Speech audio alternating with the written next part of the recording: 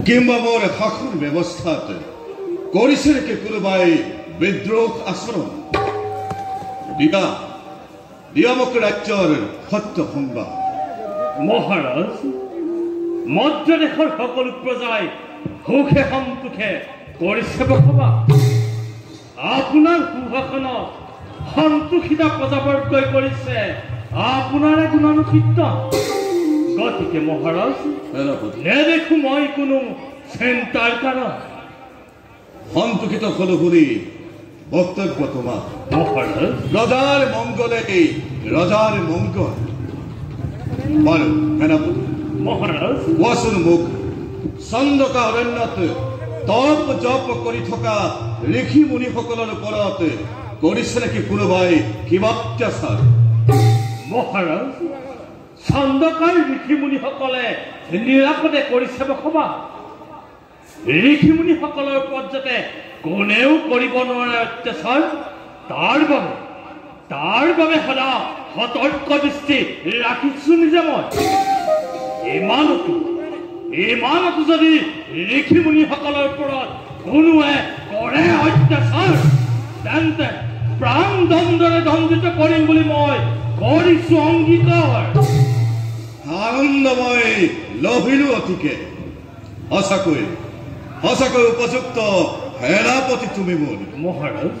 বাৰু সেনাপতি মহাৰাজ আজিলৈ সভা ইমানতে ভংগ কৰা হওক বলা যাওঁ খন্তেক বিশ্ৰামৰ ক্ষেত্ৰত বলক মহাৰাজ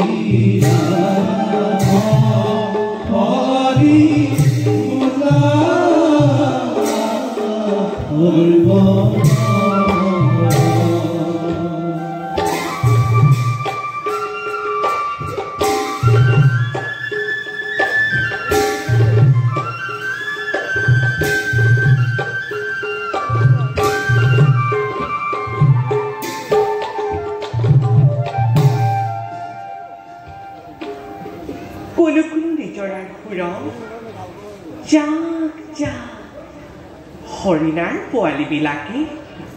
আৰু পক্ষীবিলাকে চেউ ধৰি নাচিব লাগিছে। ইমান যে ভাল লাগে দৃশ্যবোৰ চাই। এই সকলোৰে সৃষ্টিকৰ্তা প্ৰভু নাৰায়ণ। এই দৃশ্যবোৰ যদি মই সদায় উপভোগ কৰিবলৈ পালোহেঁতেন।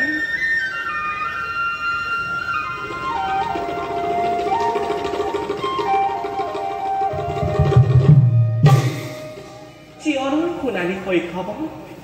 ধেমালি কৰিবলৈ লগৰীয়া মাতৃও নাই, ভাতৃও নাই। তথাপিও মই এই ৰাজ কাৰেঙৰ মাজত থাকি পিতৃৰ অকৃত্ৰিম মৰম লভি আজি মই সকলোবোৰ দুখ পাহৰি আছো। তৃণমূল সূৰ্য দেৱতা উঠিছে, নামিছে, কোনোদিন ক্লান্ত হোৱা নাই। আজি এইবোৰ কথা সাবিত্ৰী উপলব্ধি কৰিব পৰা নাই। মাত্ৰ বুজিছো এই সকলোবোৰ সৃষ্টিকৰ্তাৰে ইচ্ছা। সেই প্ৰভু দয়াময়, নিৰাকাৰ, নিৰঞ্জন, অগতিৰ অগতি এই সাবিত্ৰীৰ তুমি একমাত্ৰ উপাস্য দেৱতা। তুমি যেন মোক সকলো বিপদৰ পৰা ৰক্ষা কৰিবা প্ৰভু, ৰক্ষা কৰিবা।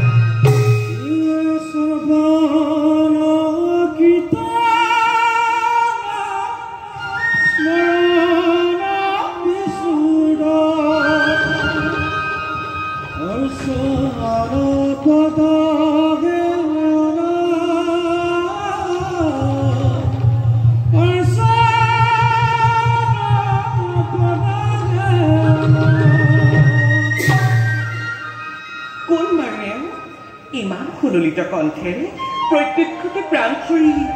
নাৰায়ণৰ গীত গাই ফুৰিছে। কিমান সুন্দৰ সুৰ। গায়কজন দেখোন মোৰ ফালে আহিছে।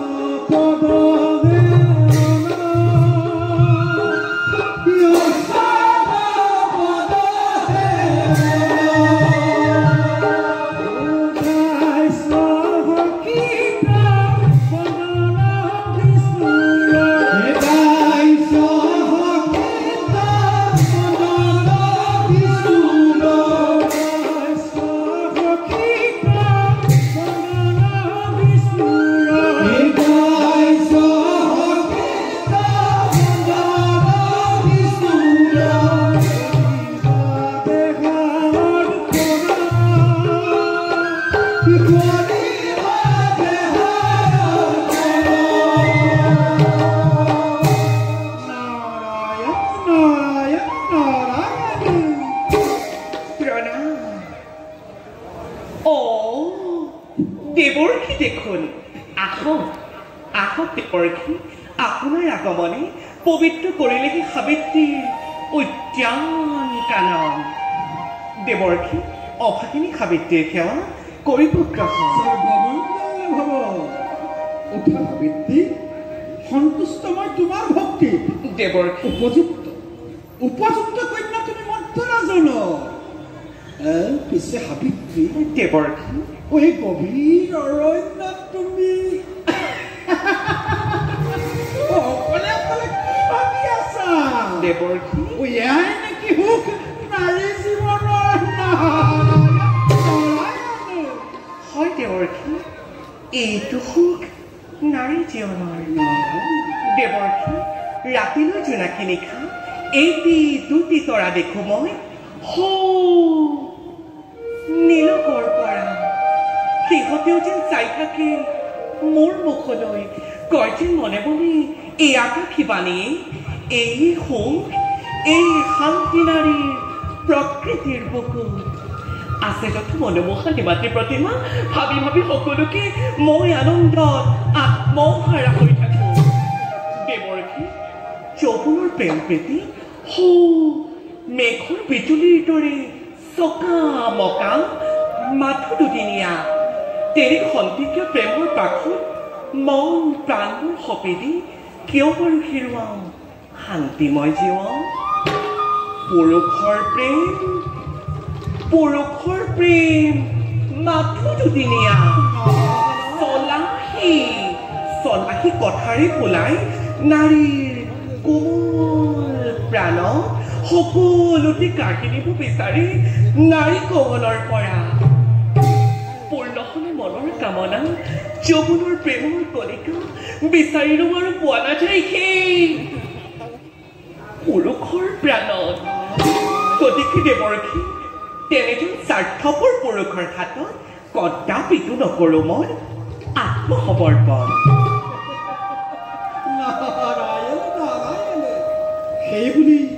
সেইবুলি সকলো পুৰুষৰ উপাদান স্বাৰ্থপৰ দেৱৰ্ষী নাই চাগে ভালপোৱা পুৰুষৰ প্ৰাণত দেৱৰ্ষী মই ভাবো সকলো পুৰুষ কেতিয়াও নহয় তেনে স্বাৰ্থপৰ প্ৰেমিক নহয় দেৱৰ্ষী ভাল পোৱা যে নহয় সহজ নোৱাৰে বুজিব তাকে কঠোৰ পুৰুষে ৰূপালী ৰেখা দেখি মনৰ মাজত পিয়াহত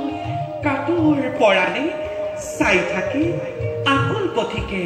কিন্তু দেৱৰ্ষী চাপিলে সেই নিজৰাৰ কাষ পান কৰি নিজৰাৰ জল পূৰ্ণ হলে তৃষ্ণা পথিকৰ চাবনে উলটি বাৰু সূৰ্য নিজৰা সাবিত্ৰী তোমাৰ ৰূপ যৌৱন ভক্তিত মই সঁচাকৈ সন্তুষ্ট হৈছো দেৱৰ্ষী মনত পিছে বেজাৰো পাইছো কাৰণ কি দেৱৰ্ষী কাৰণ তোমাৰ দৰে এগৰাকী সুন্দৰী নাৰী অবিবাহিত হৈ থকাৰ বাবে নাৰায়ণ তাকেইতো দেৱৰ্ষী চাওকচোন সন্মুখতে দেখিছে এই সংসাৰখনেদি কঠিন গতি ঘূৰিব লাগিছে আৰু দেৱৰ্ষী এনে কুটিলতাপূৰ্ণ সংসাৰৰ মাজলৈ মই নিজকে অকলশৰে এৰি দিবলৈ বৰ টান পাইছো সেইবাবে দেৱৰ্ষী উপযুক্ত স্বামী নাপালে অবিবাহিত হৈ থকাটোৱেই ভাল কি ক'লা সাবিত্ৰী উপযুক্ত স্বামী নাই তোমাৰ সংসাৰত নাই বুলিতো কোৱা নাই আছে নিশ্চয় আছে দেৱৰ্ষী কিন্তু দেৱৰ্ষী মই বিচৰাটি হ'ব লাগিব ৰূপৱান জ্ঞানৱান ভক্তিবান আৰু ধৰ্মপৰায়ণ এনেজন পুৰুষ আছে জানো এই সংসাৰত আৰু আছে যদি কওঁ তেওঁকে মই নিস্বামী ৰূপে কৰিম গ্ৰহণ আছে সাবিত্ৰী আছে সমস্ত গুণৰ অধিকাৰী হৈছে অৱন্তী ৰজা কুমত্তাহনৰ পুত্ৰ নামটো কি দেৱৰ্ষী দৈৱৰ্ষীৰ পুত্ৰৰ নামটো দেৱৰ্ষী কি নাম তেওঁৰ দৈৱৰ্ষীৰ পুত্ৰৰ নামটো দেৱৰ্ষী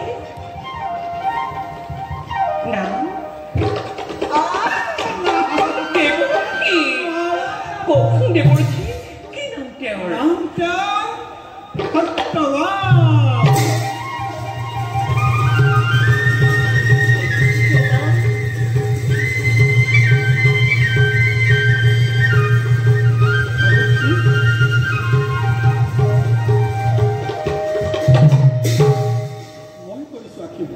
তোমালোকৰ চিৰি খবৰ মিলন মই আহিছিলা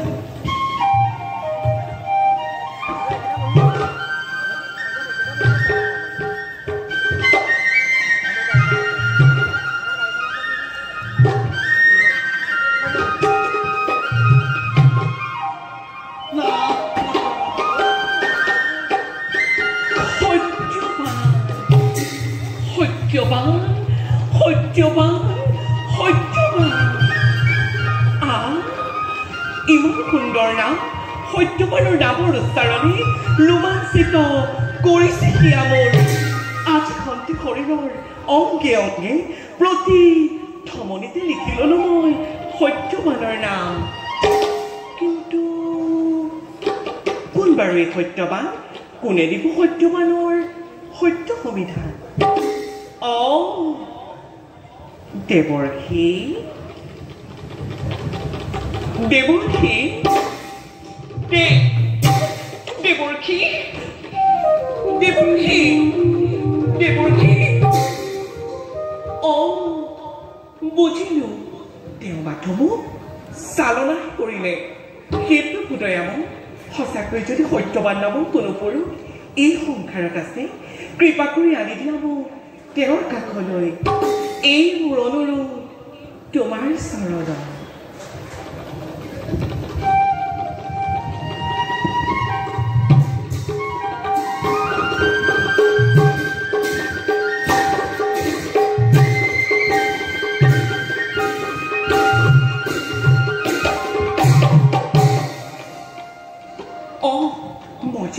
বহু পঢ়ল পিতাই দিছো মোৰ কাৰণে অপেক্ষা কৰি আছে যাওঁ মোৰ আনন্দৰ বেলা পিতৃৰ মনত মনকষ্ট দি নচপাওঁ মই নিজৰ বিপদ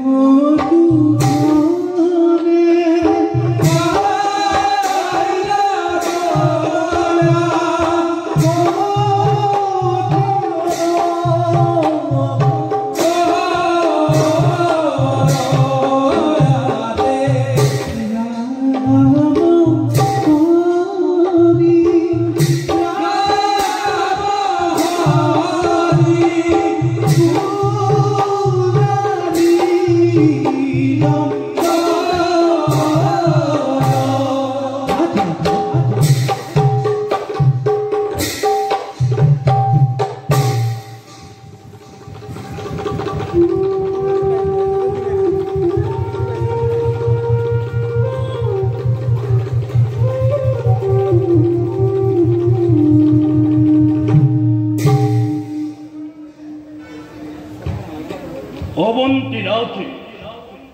দুৰ্মুখেনৰে পুত্ৰ মই নাম মোৰে সত্যবান নিষ্ঠুৰে উগ্ৰখেনৰে হাতত আজি দুই চক্ষু হেৰুৱাই পিতাই আজি বনে বনে কৰিছে ভ্ৰমণে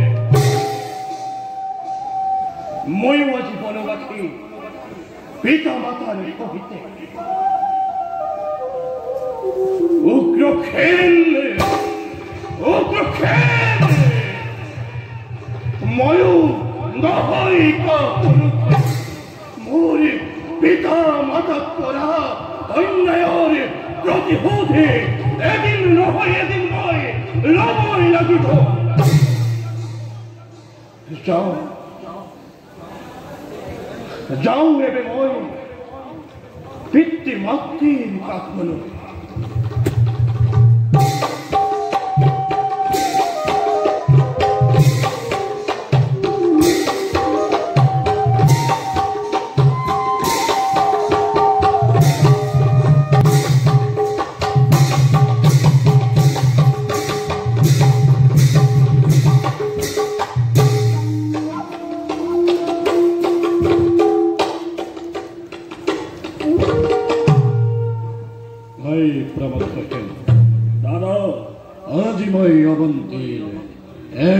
ক্ষত্ৰী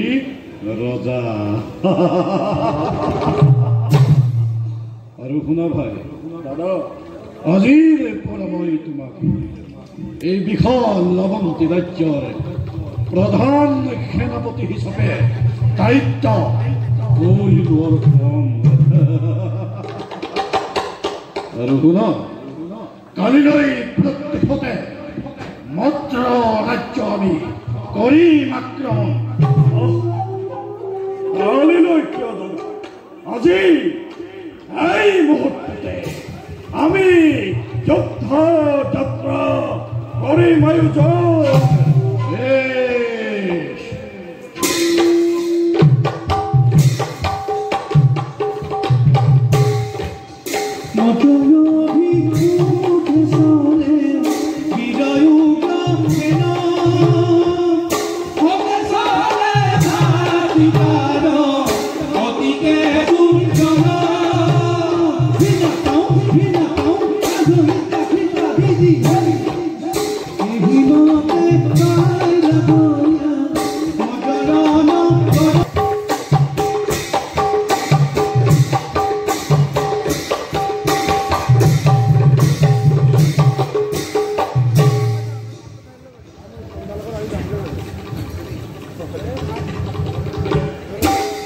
সেনাপতি মহাৰাজ মই যিদিনাৰ পৰা ৰাজ্য শাসন কৰিছো কোনোদিন এনে চিন্তাত পৰা নাছিলো মহাৰাজ কিয় কিয় সেনাপতি আজি মন মোৰ বিষাদৰ কলীয়া ডাৱৰে ধৰিছে আৱৰি মহাৰাজ নুবুজিলো আপোনাৰ চিন্তাৰ কাৰণ কওক কওক সকলো ভাঙি পাতি মহাৰাজ ভাবিছো সেনাপতি মহাৰাজ আজিওতো পুত্ৰক মই মহাৰাজ মোৰ একমাত্ৰ কন্যা সাবিত্ৰী বৰ্তমান ভৰ যৌৱনা পিতৃ হৈ যদি মই তাই উপযুক্ত পাত্ৰৰ হাতত গতাই দিব নোৱাৰো তেন্তে জগতে মোক অপদাৰ্থ বুলি হাঁহিব মহাৰাজ এই সকলোবোৰৰ গৰাকী একমাত্ৰ ভগৱান তেওঁৰ ইচ্ছাৰ বিৰুদ্ধে চিন্তা কৰি একো লাভ নাই মহাৰাজ তুমি মোক ভুল নুবুজিবা সেনাপতি মহাৰাজ পিতৃৰ কৰ্তব্য হল পুত্ৰ হলে উপযুক্ত কন্যা চাই বিবাহ কৰাই দিয়া মহাৰাজ আৰু কন্যা হলে উপযুক্ত পাত্ৰৰ হাতত গতাই দিয়া তেতিয়া পুত্ৰ কন্যা উভয়ৰে জীৱন মংগলময় হয় মহাৰাজ পিতৃ ভাতৃৰ জীৱন মংগলময় হয় মহাৰাজ সেনাপতি প্ৰতিজ্ঞাত আবদ্ধ আছিলো এদিন ভাবিছিলো কন্যা হলে দুম্মত সেনৰ পুত্ৰৰ হাততে কৰিম অৰ্পণ মহাৰাজ প্ৰতিজ্ঞা পালন নকৰিলে আপোনাৰ নামত থাকিব কলংক গতিকে প্ৰতিজ্ঞা পালন কৰাটো আপোনাৰ প্ৰধান কৰ্তব্য ভগৱান তুমি মোৰ প্ৰতি কি পৰীক্ষা কৰিব খুজিছা মহাৰাজ ৰজা হৈ মই কোনোদিন প্ৰতিজ্ঞাৰ পৰা বিচলিত হোৱা নাছিলো মহাৰাজ কিন্তু আজি নিজ কন্যাৰ ভৱিষ্যতৰ কথা চিন্তা কৰি প্ৰতিজ্ঞাৰ পৰা বিচলিত হোৱাৰ কথা চিন্তা কৰিবলগীয়া হৈছে মহাৰাজ সেনাপতি মহাৰাজ মোক অলপ ভাবিবলৈ খবৰ দিয়া সেনাপতি মহাৰাজ জয় উগ্ৰসেনাৰ জয় উগ্ৰসেনাৰ জয় উগ্ৰসেনাৰ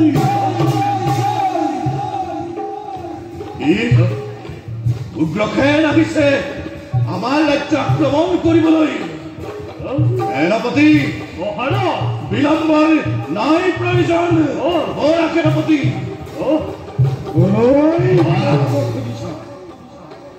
ওলাই পলাব খুজিছ না যা আজি তোমালোকৰ নহ'বৰ ইষ্টাৰে তোমালোককে বন্দী কৰি লৈ যাম তোমাৰ সাবিত্ৰী সুন্দৰী পশু উগ্ৰসেন অন্যায়ভাৱে মধ্য ৰাজ্যক কৰিছ আক্ৰমণ দিম আজি তোক উপযুক্ত উপহাৰ সেনাপতি আক্ৰমণ কৰা বেশ কথা আক্ৰমণ কৰা সেনাপতি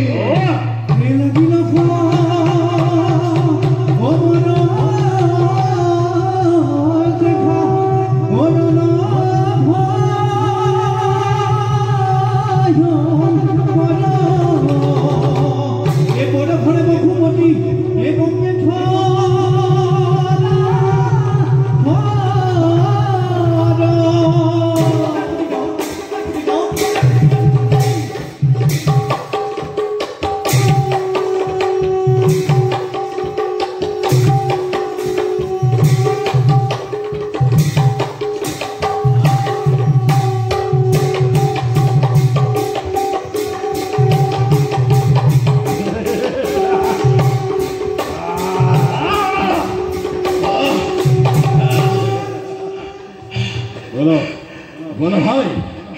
লৈ বলা এইবোৰ খনাজনকে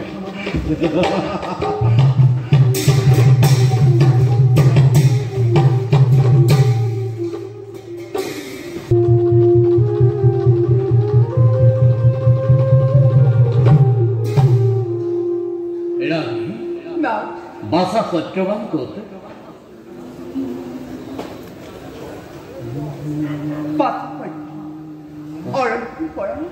আমাৰ বাপে ফলমূল আনিবলৈ গৈছে না না মোৰ মৰমৰ প্ৰজাবৰ্গৰ কিবা সংবাদ পোৱা নে প্ৰবল ইচ্ছা হৈছিল মনত পুত্ৰব্ৰত প্ৰজাবৰ্গৰ এষাৰ মাথো মধুৰ বাক্য শুনিবলৈ না শুনিছিলো দেৱৰ শিৱ উগ্ৰসেনৰ অত্যাচাৰত কোনো প্ৰজাই সুখেৰে থাকিব পৰা নাই সকলোৱে মাথো কৰণ কণ্ঠেৰে আপোনাৰ এই গুণানু কীৰ্তন কৰিব লাগিছে আপোনাৰ এই গুণানু কীৰ্তন কৰিব লাগিছে জানানে ৰাণী মন্ত্ৰী উপকৰণৰ কথা কেউ বা মৃত্যু হল তাৰ উগ্ৰসেনেৰ হাতে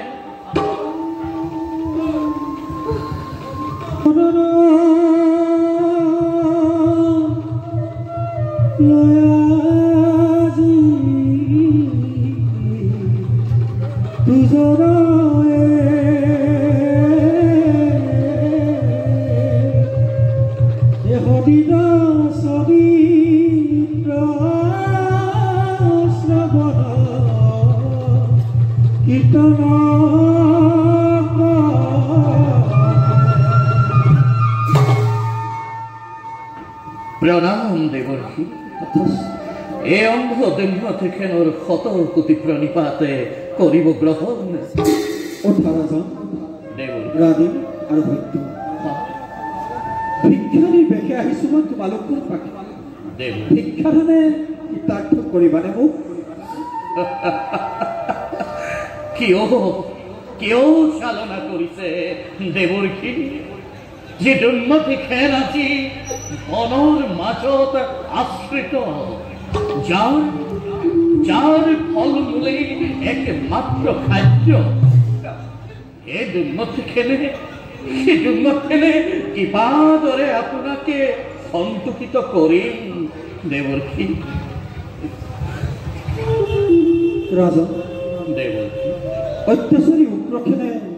মধ্যৰাজক কৰি আক্ৰমণ মধ্য ৰজা আশ্বপতিক কৰি নিথন তেওঁৰে কন্যা সাবিত্ৰী সুন্দৰীক হৰণ কৰি নিব খুজিছে দেৱৰ্ষি সামান্য কন্যা নহয় সাবিত্ৰী সুন্দৰী গতিকে তেওঁক উদ্ধাৰৰ বাবে মোক সত্যবানৰ হৈছে কি শুনালে দেৱৰ্ষি কি শুনালে সেই উগ্ৰসেনৰ নিষ্ঠুৰ অত্যাচাৰতে আজি মই ধন জন অসহ্য হেরোয় পদে পদে করেছু ভবন। সেই অবিবেচকে অত্যাচারী উগ্রকে নরে মুখ কিবা দরে ফেলি দিও নিজ পুত্র করে বলছি বাছা বর্তমান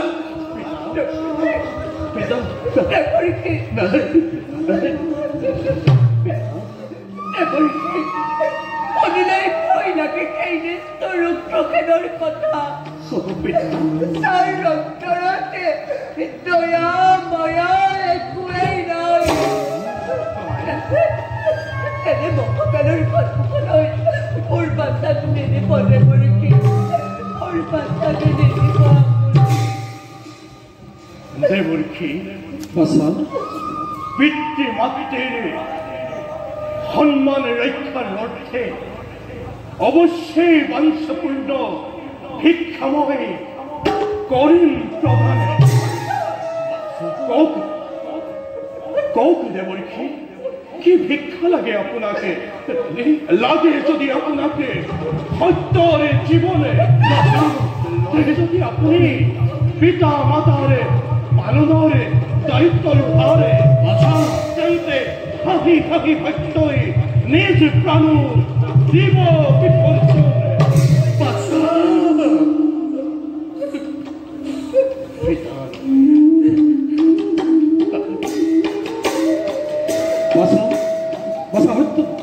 তুমি মাতৃ পিতৃৰ বাবে আপোনাক চিন্তা নকৰিবা।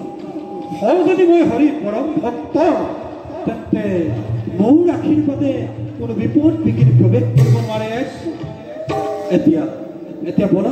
বলা সত্যবান, ময়ো তোমাৰ লগে লগেই যাম।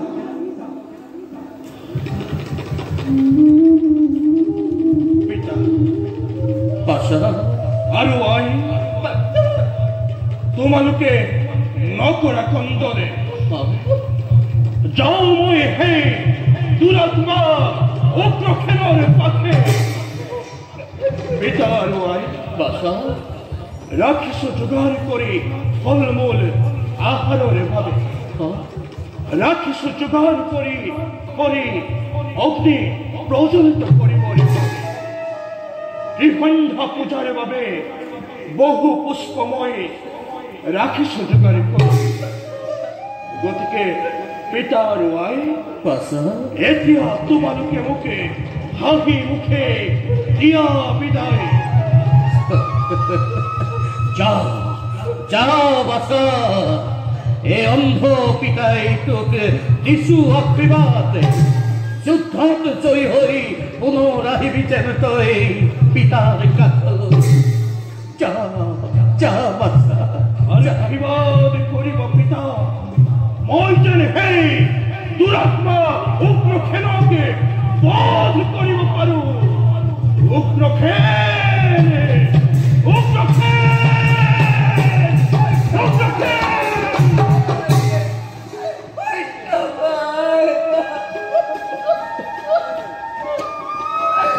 ৰাজা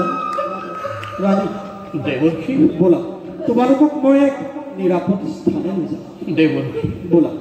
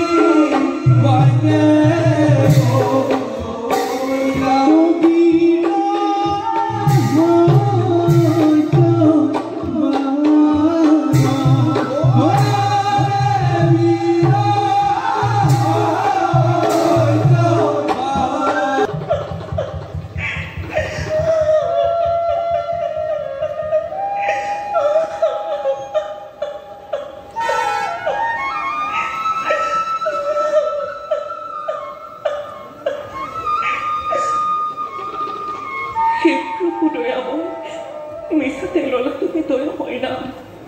এই সংসাৰত জন্ম লোৱাৰে পৰা কেৱল তোমাকে ভক্তি কৰি আহিছো তোমাৰ বাদে আমাৰ অন্য কোনো নাই প্ৰভু তোমাৰ বাদে আমাৰ অন্য কোনো নাই তথাপি তুমি আমাৰ প্ৰতি ইমান নিৰ্দয় উগ্ৰসেন নৰপিশাচ উগ্ৰসেন তুৰন্ত সৰকো দয়া মায়া নাইনে বন্দী কৰি পিতৃ দেৱতাক তই সাবিত্ৰীৰ অনিষ্ট সাধিব খুজিছ কিন্তু শুন উগ্ৰসেন তোৰ এই আশা কদাপিতো নহ'ব পূৰণ তোৰ বিপক্ষে সাবিত্ৰী থিয় দিব আজি ৰণচণ্ডী ৰূপে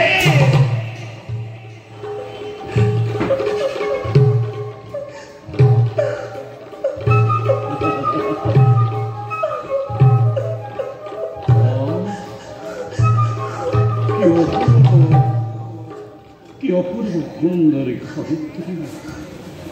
যেন স্বৰ্গৰ অপেশ্বৰী আল্লাহ গুহানি পৃথিবীৰ সকল সৌন্দৰ্যই যেন ম্লান হ'ব আজি সাবিত্ৰীৰ সৌন্দৰ্যৰ আগত সাবিত্ৰী সাবিত্ৰী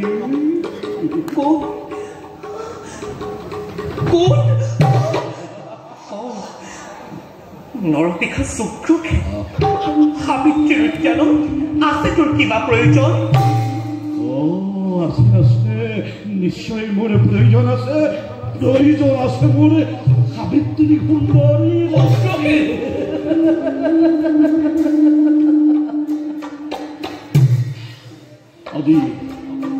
আজি এটা সমবাৰ্তা দিবলৈ আহিলোঁ সাবিত্ৰী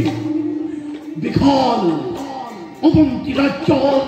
ৰাজ ৰাণী কৰিবৰ বাবে তোমাৰ মুখত উপস্থিত আজি মই উগ্ৰসেন নৰপিশাচ উগ্ৰসেন তোৰ সেই ষড়যন্ত্ৰৰ সৌভাগ্য কামনা নকৰে সাবিত্ৰীয়ে দূৰ হ মোৰ সন্মুখৰ পৰা নতু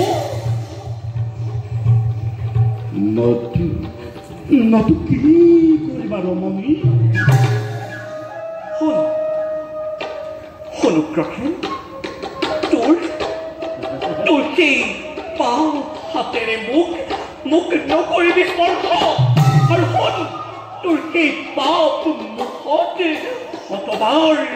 শতবাৰ মই তৰু পদা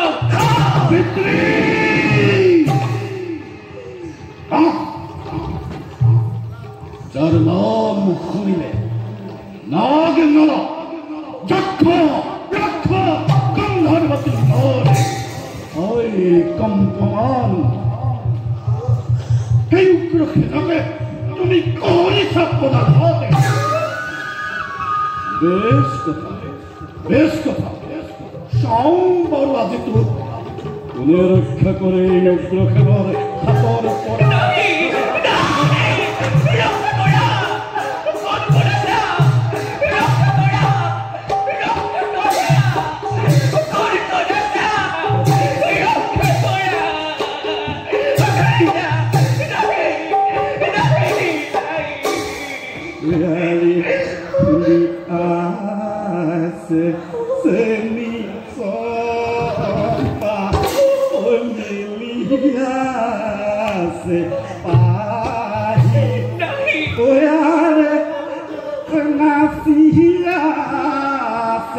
যৌবন কন্যা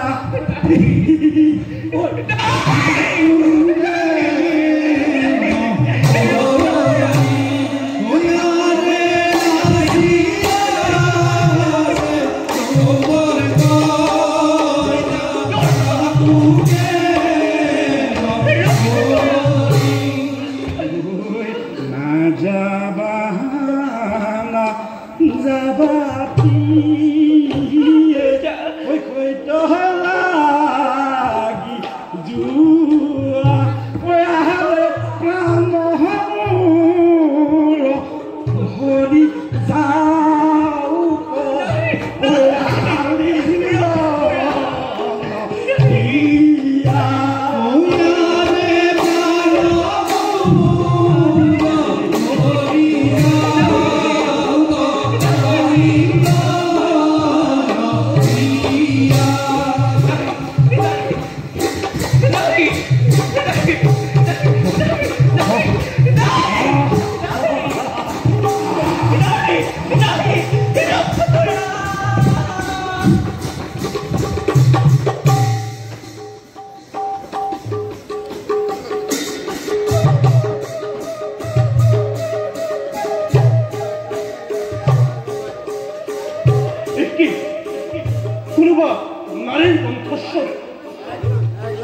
কোনোবা নাৰী এজনে কৰিছে কন্দনে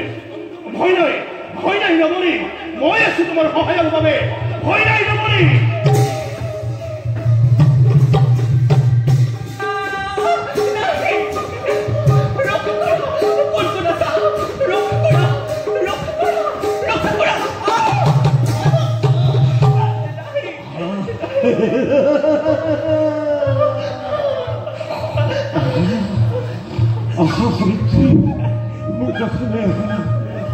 আহা সাবিত্ৰী মোৰ কাষলৈ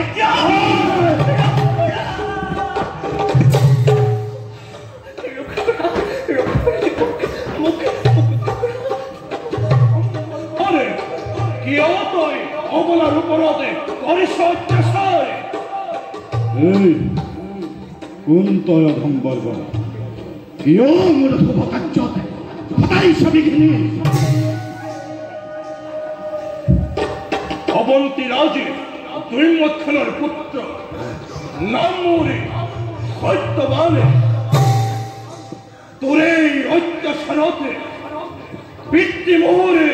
দুৰ্মতে খেলে দুই চক্ষু হেৰুৱাই আছিল বনে বনে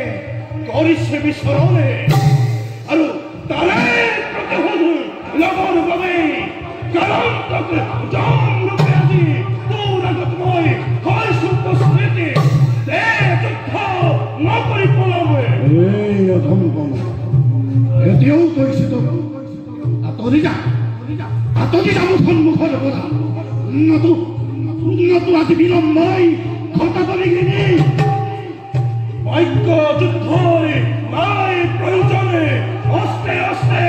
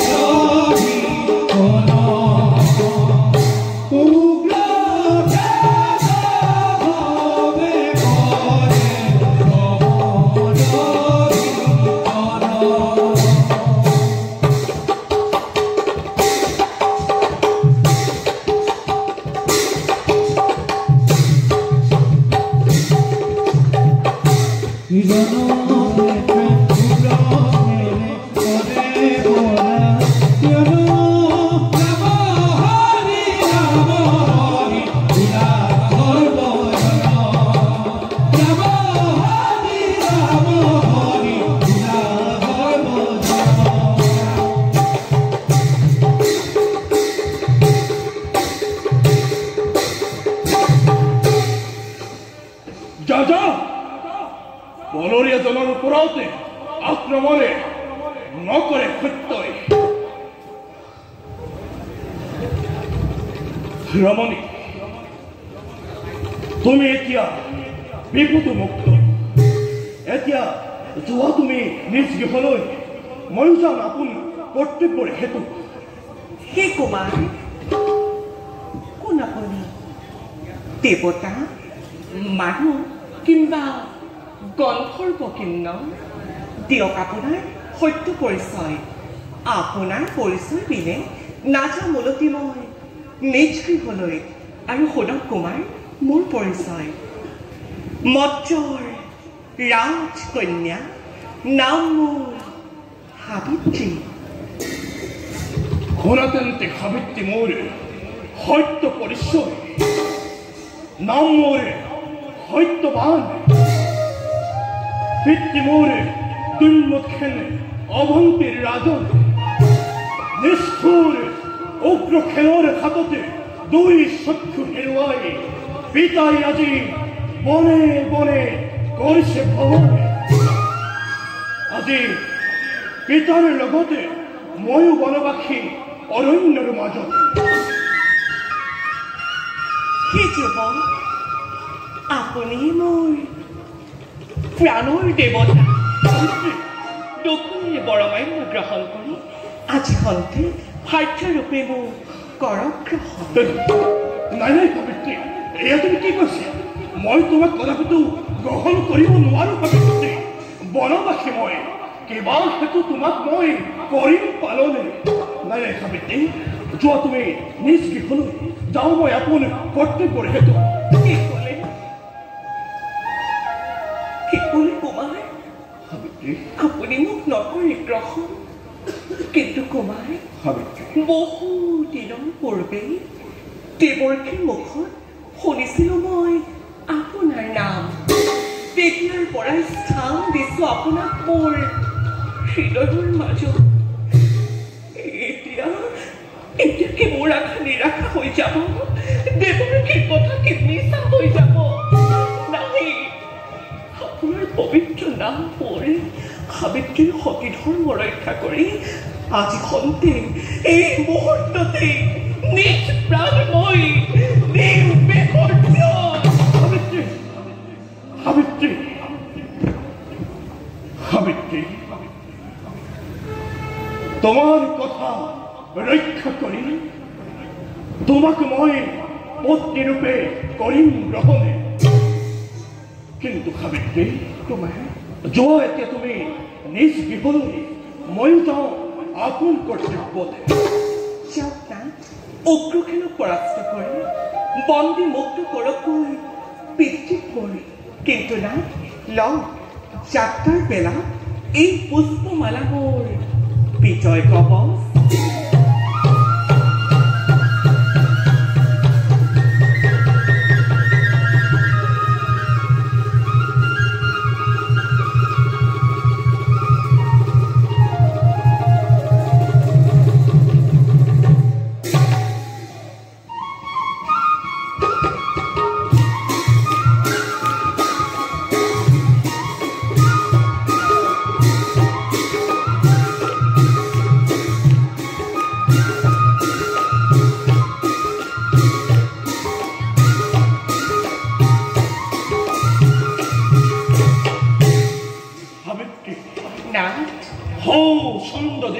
সাক্ষী কৰি তোমাক মই পত্নী ৰূপে কৰিলো গ্ৰহণ সাবিত্ৰী যাওঁ এতিয়া মই নিজ কৰ্তব্যতে তুমিও যোৱা নিজ কৰ্তব্যতে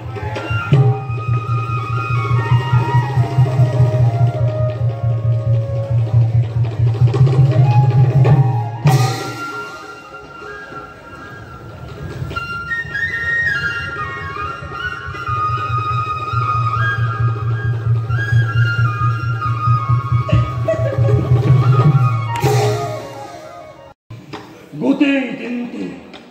বিচাৰি চলাচ কৰিও এডাল আজি খৰি যোগাৰে কৰিব নোৱাৰি কিছু সময় লওঁ বিশ্বাস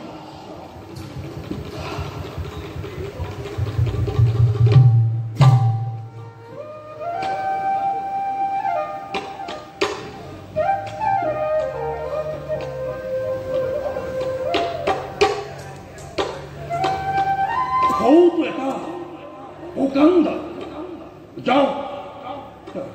তাকে কাটি লৈ যাও।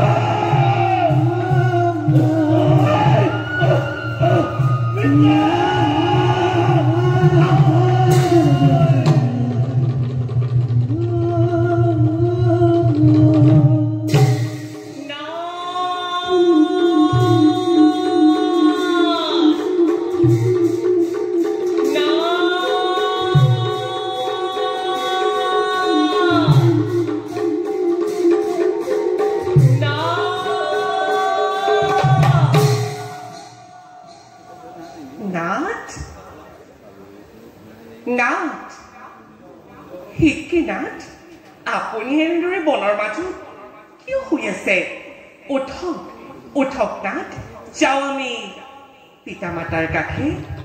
নাথ নাথ নাথ নাথ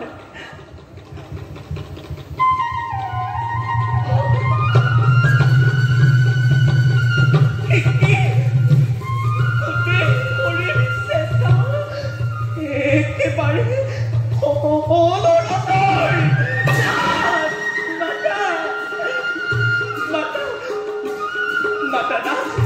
এবাৰো সাবিত্ৰী বুলি মাতা,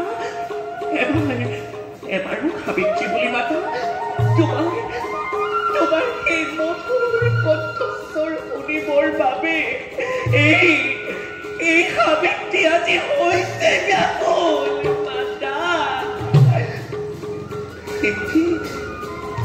তুমি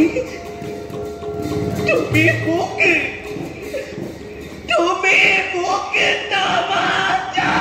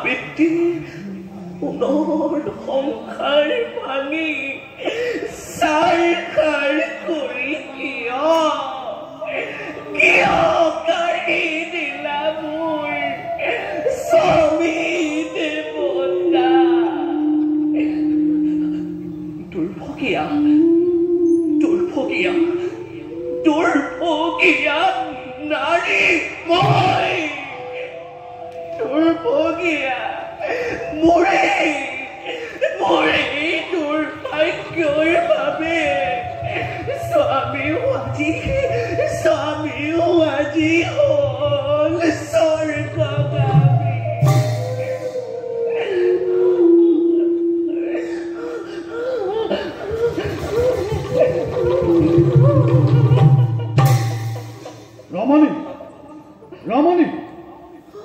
এয়া তুমি কি কৰিছা ৰমণী? চাওঁ তুমি আঁতৰি দিয়া। মই আহিছোঁ মোৰ কৰ্তব্য পালনৰ ক্ষেত্ৰত। সেইদে কোন আপুনি কিবা বিচাৰিছে আপুনি অনুগ্ৰহ কৰি মোক ক'বনে সাবিত্ৰী মই মৃত্যুপতি ধৰ্মৰাজ যাম তুমি অধিকতা আৰু তপস্বী সেইবাবে তোমাৰ প্ৰশ্নৰ মই দিছো উত্তৰ তোমাৰ স্বামী সত্যবানৰ আয়ুষ লীলাদি অন্ত পৰিল তেওঁৰ মৃত্যু হৈছে আৰু সেইবাবে মই তেওঁকে নিবলৈহে আহিছো তুমি আঁতৰি দিয়া সাবিত্ৰী তুমি আঁতৰি দিয়া সাবিত্ৰী তুমি আঁতৰি দিয়া সাবিত্ৰী আঁতৰি দিয়া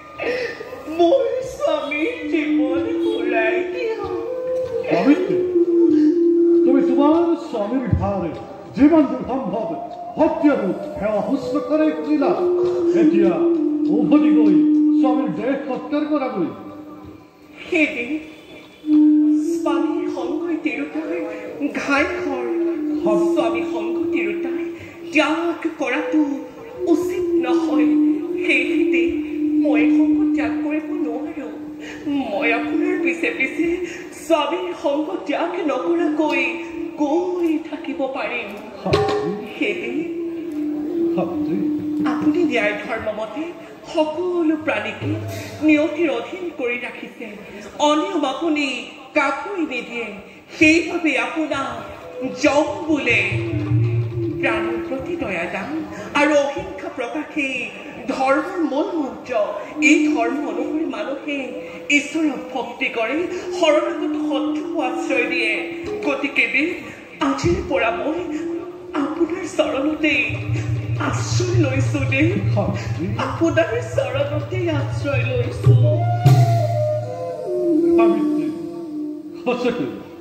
সঁচাকৈ তুমি পতিব্ৰত নাৰী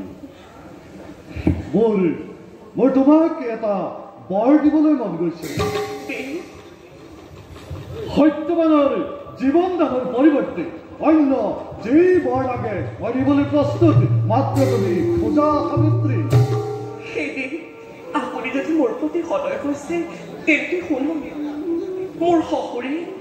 ৰাজ্য ধন ঐশ্বৰ্য বিভূতি আৰু দুই চক্ষু হেৰুৱাই বনৰ মাজত অতি কষ্টেৰে জীৱন কৰিছে যাপন তেওঁৰ অৱস্থা দেখিলে মোৰ অন্তৰখনে সদায় দেই পৰি থাকে গতিকে আপুনি মোক এই বৰ দিয়ক যাতে মোৰ শহুৰে ৰাজ্য ধন ঐশ্বৰ্য বিভূতি আৰু দুই চক্ষু যে ঘূৰাই পায় তথাস্তু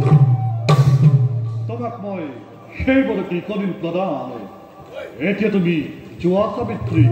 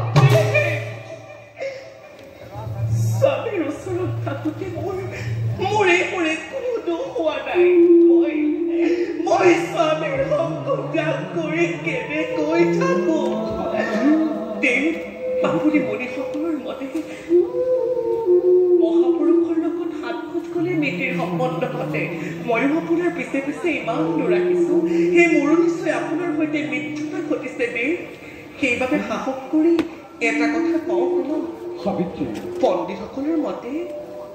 ধৰ্মই প্ৰধান তাতে আপুনি হৈছে ধৰ্মৰাজ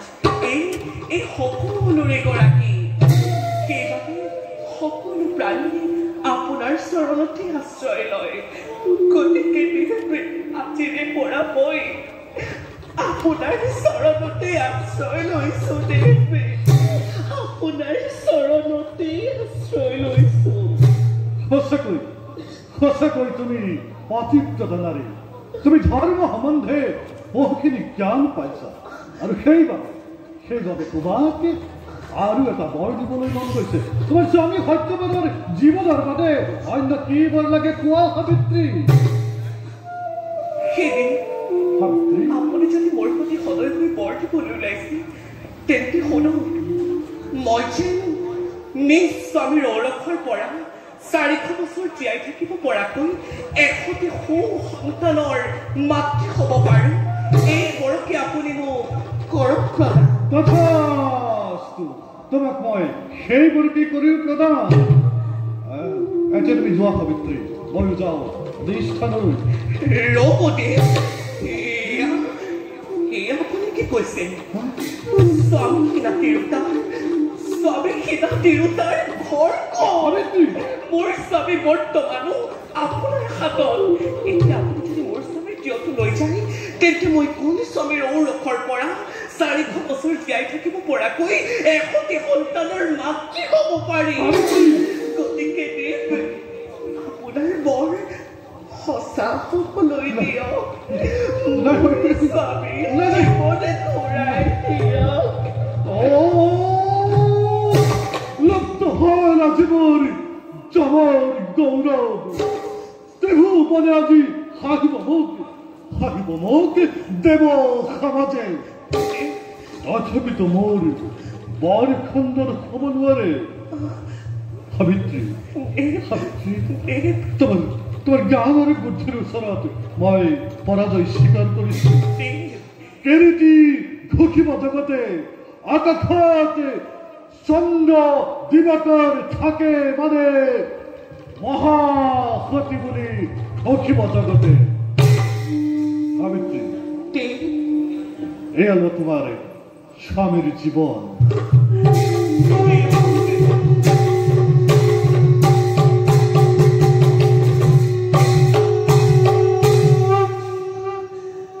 এটা তুমি জোয়া সাবিত্ৰী, ময়ো যাও ৰেস্ট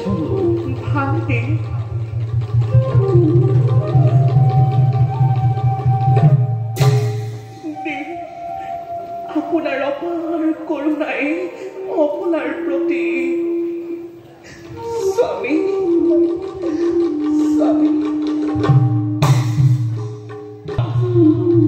বাছা সত্যবান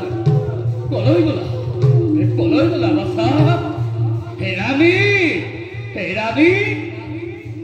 সাবিত্ৰী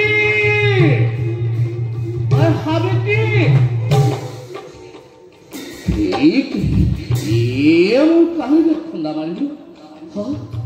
চাওচোন। এয়াচোন মানুহ, এওঁ মৃত্যুৰে জীৱিত বাৰু।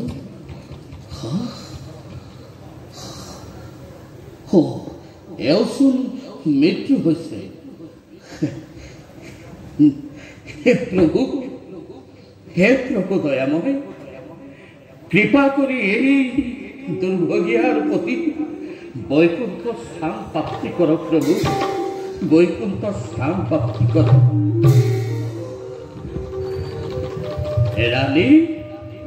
ৰাণী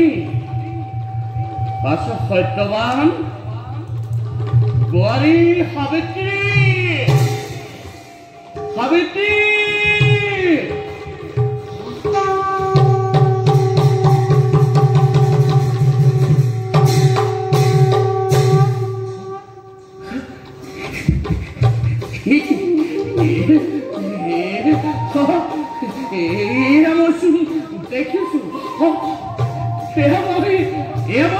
দেখিছো অন্ধৰে দৃষ্টিশক্তি ঘূৰাই পালো।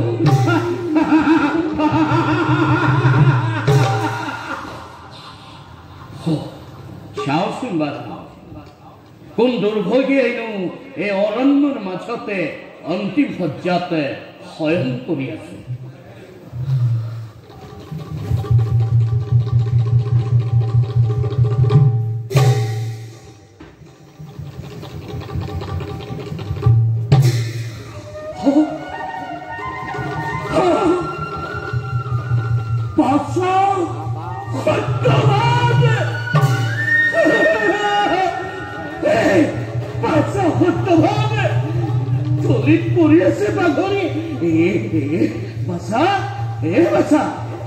সত্যবান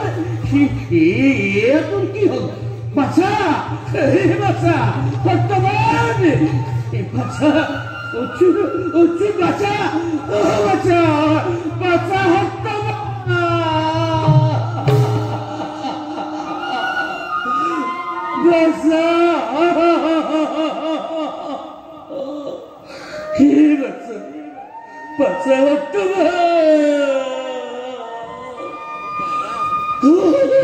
প্রভু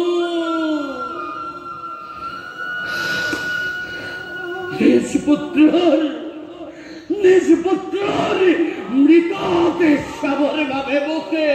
দৃষ্টি শক্তি ঘুরাই দিলা। প্রভু তুমি বল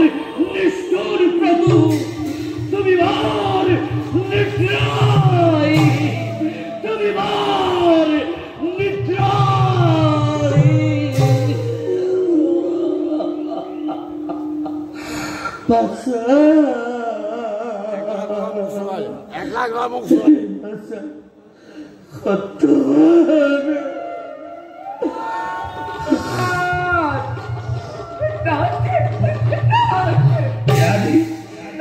রানী আপনি কই আলো আখির করে কই ওর মাথা সত্যবান আর বাড়ি সাবিত্রী কোন না কোন। হে রানী, মই দৃষ্টিশক্তি ঘূৰাই পালো ৰাণী, মই দৃষ্টিশক্তি ঘূৰাই পালো ৰাণী। নাথ ইমান এটা আনন্দৰ সংকট আপুনি আকৌ কান্দিছে কিয় বহু আনন্দৰ কথা ৰাণী বহু আনন্দৰ কথা তথাপিতো মই কান্দিছো ৰাণী তথাপিতো মই কান্দিছো তুমিও কান্দিবা ৰাণী তুমিও কান্দিবা ৰাণী তুমিও কান্দিবা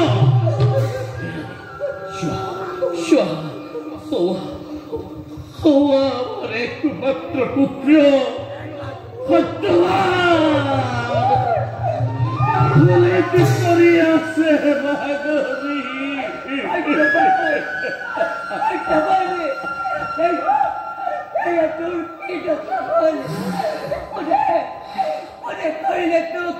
আছে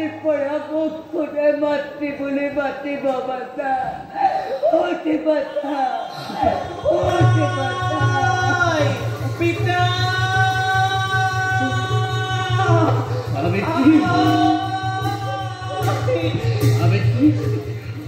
পিতা ৰোৱাই আপোনালোকে নকৰিব ক্ৰন্দন আৰু মই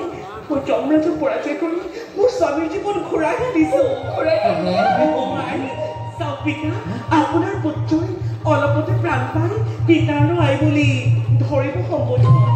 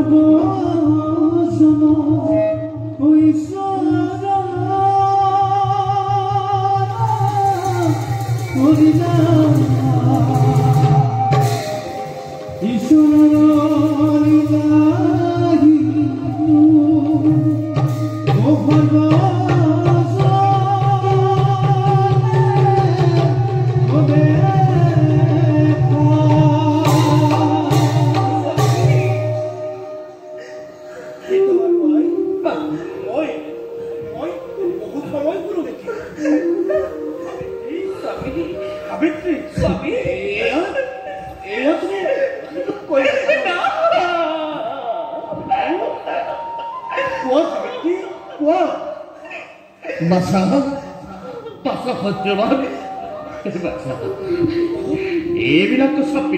পিছতো জানিবা আমি সকলো দিন তোমাকে বিচাৰি ইয়ালৈ আহিম আৰু বাছা প্ৰভু ভগৱানৰ কৃপাতে মই দৃষ্টিশক্তি ঘূৰাই পালো বাছা মই দৃষ্টিশক্তি ঘূৰাই পালো প্ৰভু ভগৱান হে অধমুৰ ফটো কোটি প্ৰণিপাতে কহিবা গ্ৰহণ বাছা আৰু ৰাণী সাবিত্ৰী আমি সকলোটি যাওঁ এতিয়া অৱন্তী ৰাজ্যলৈ আমাৰ এই দুৰ্মতি উগ্ৰসেনক বধ কৰি হেৰুৱা ৰাজ্য কৰোগৈ উদ্ধাৰ কিন্তু তাৰ আগে ৰাণী বোৱাৰী আৰু সাবিত্ৰী সকলোকে আমি ভগৱানৰ ওচৰত জনাওঁ প্ৰণিপাত